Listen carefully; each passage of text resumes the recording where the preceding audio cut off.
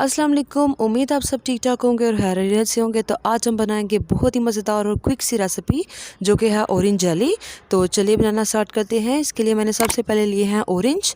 आपने इतने ऑरेंज लेने हैं कि जिनका जूस जो है वो 2 कप इजीली निकल आए।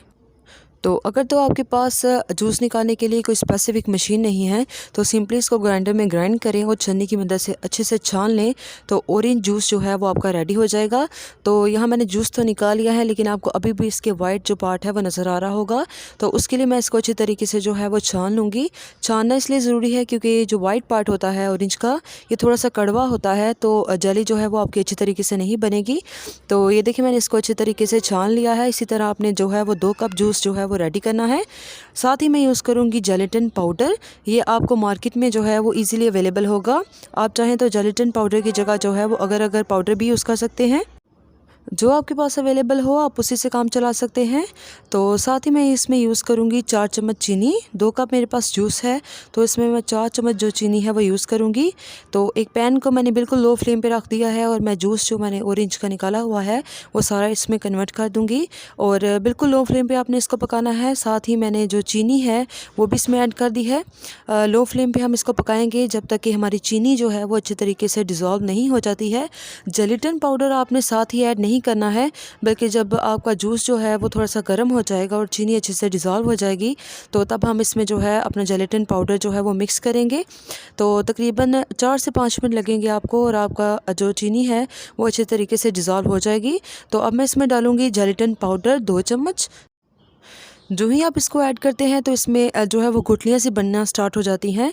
तो इसके लिए आपको मुसलसल जो है वो चमचा हिलाते रहना है। आप चाहें तो इसकी जगह विस्क का भी यूज़ कर सकते हैं ताकि इजीली जो आपका जेलेटिन पाउडर है वो अच्छे से डिज़ोल्व हो जाए।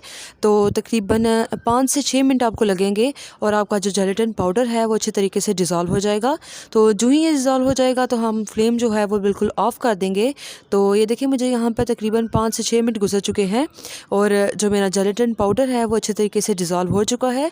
ये देखिए बिल्कुल भी मुझे इसमें कोई भी पार्ट जो है वो जेलेटिन पाउडर का नज़र नहीं आ रहा। इट मींस मेरा जो स्मूथ है मिक्सचर सा है वो रेडी हो चुका है। तो मैं फ्लेम यहाँ पे ऑफ़ कर दूँगी। तो यहाँ मैंने लिया है टिफ़िन का एक बॉक्स जिसको मैंने बिल्कुल लाइट ऑयल से जो है वो ग्रीस कर लिया है। आप चाहें तो बाज़ार से इस तरह के जो मोल्ड बने बनाए मिलते हैं आप वो भी यूज़ कर सकते हैं, लेकिन हम विदाउट मोल्ड जो है वो बना रहे हैं तो इसलिए आप घर का कोई भी बर्तन जो है वो यूज़ कर सकते हैं जिस भी शेप का बनाना चाहें। तो ये देखिए मैंने इसका जो जूस है सारा वो इसमें कन्वर्ट कर लिया है। तो ये देखिए जी मुझे तकरीबन 1.5 घंटा गुजर चुका था यहाँ पे और मेरी जेली जो है वो कितने अच्छे तरीके से यहाँ पे सेट हो चुकी है। ये देखें ये बिल्कुल भी नहीं टूटी है, हालांकि इसको इतना ज़्यादा टाइम नहीं हुआ था अभी, लेकिन फिर भी ये बहुत अच्छे तरीके से जो है वो जम चुकी है। क्योंकि एक तो सर्दियों का मौसम है तो इसको फ्रीज़ होने के लिए या जमने के लिए जो है वो कम टाइम जो है वो रिक्वायर होता है। तो यहाँ पर हम अपनी जेली को एक ट्विस्ट देंगे। तो यहाँ मैं कोई बर्तन यूज़ नहीं कर रही, बल्कि जिन ऑरेंजेस का मैंने जूस निकाला था मैं उन्हीं को जो है वो रीयूज़ कर रही हूँ। तो देखिए मैंने इसको अंदर से जो है वो अच्छी तरीके से साफ़ कर लिया है चम्मच की मदद से, और साफ़ करने के बाद जो है वो मैंने इसको एक बार धो भी लिया है। तो मैं अब इसमें जो जेली है वो कन्वर्ट करूँगी। तो सबसे पहले मैं यहाँ पर एक कप रख लूँगी ताकि जो ये ऑरेंज का पीस है वो बिल्कुल भी ना हिले। तो अब मैं इसमें जो है वो जेली कन्वर्ट कर दूँगी और इसके बाद हम इसको जो है वो फ्रीज़ करेंगे। ये देखिए मैंने इसमें जेली जो है वो सारी कन्वर्ट कर दी है। यहाँ आपने एक बात का ख्याल रखना है कि जो आपकी जेली है वो रूम टेम्परेचर पे होनी चाहिए। आपने बिल्कुल गरम जेली जो है वो इसमें कन्वर्ट नहीं करनी है।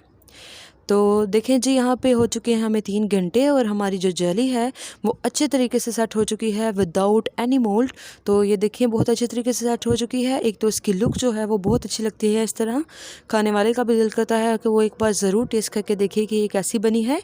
दूसरा इसका टेस्ट भी जो है वो बहुत अच्छा होता है। तो ये देखिए ये बिल्कुल भी नहीं टूटी है। तो अगर आप अपने बच्चों को इस तरह जेली बना कर देते हैं तो ट्रस्ट मी उनको ये जेली जो है वो बहुत पसंद आएगी। तो अगर आप खुद बच्चे हैं तो ये तब भी आपको बहुत अच्छी लगेगी। तो अगर आप इस रेसिपी को ट्राई करते हैं तो मुझे कमेंट सेक्शन में ज़रूर बताएं कि आपको ये रेसिपी जो है वो कैसी लगी है। जाते जाते अगर आपने मेरे चैनल को अभी तक सब्सक्राइब नहीं किया तो मेरे चैनल को सब्सक्राइब करते जाएं, मेरे चैनल को अपने प्यारों के साथ शेयर करें और मेरी वीडियो अगर अच्छी लगी हो तो वीडियो को लाइक भी करें। अल्लाह ताला सबका हामी नासिर हो। अल्लाह हाफिज़।